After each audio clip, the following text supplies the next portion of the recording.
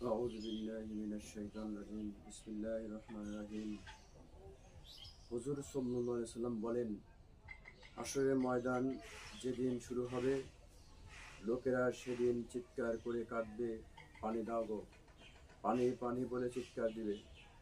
যেদিন মা তার সন্তানকে পরিচয় দিবে না, স্বামী স্ত্রীকে পরিচয় দিবে না, ভাই তার বোনকে পরিচয় দিবে না, এমন সময় জিবরাইল আলাইহিস সালামকে আল্লাহ নবী সাল্লাল্লাহু আলাইহি সাল্লাম ডেকে বলবেন, যাও জিবরাইল, ফুলসিরাতের গোড়ায় গিয়ে দাঁড়াও, আশেপাশের লোকদের বলো তারা যেন চক্ষু বন্ধ করে নিচের দিকে তাকায়। আমার মা ফাতেমা আমার মা ফাতেমা রাদিয়াল্লাহু আনহা এখন ফুলসিরাত পাড়ি দিয়ে জান্নাতে পৌঁছবে।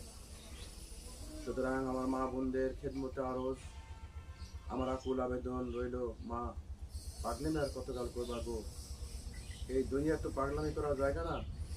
শুধুমাত্র ছোট্ট আকারে আমি একটা কথা বলে যাই, মনে রাখবেন, একদিন লাল শাড়ি গায়ে লাগাইয়া পালকির ভিতরে গাড়ির পেছনে বৈশা স্বামীর সঙ্গে গোপন আলাপ করিতে করিতে স্বামীর বাড়িতে এসেছো।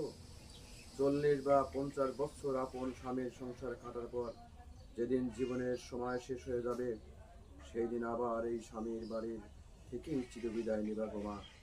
ওই দিনও আবার তোমার ঘরের দরজায় একটা পালকি চলে আসবে, ওই মসজিদের কোণা থেকে পালকি চলে আসবে। একদিন তুমি লাল শাড়ি গায়ে লাগাইয়া ওই পালকিতে চড়ে গোপন আলাপ করিতে করিতে স্বামীর বাড়িতে এসেছো, এমন মুহূর্ত চলে আসবে। ওই দিন তুমি সাদা শাড়ি গায়ে পরিয়া তুমি কবরের যাত্রী হয়ে যাবে। আসসালামু আলাইকুম ওয়া রাহমাতুল্লাহ।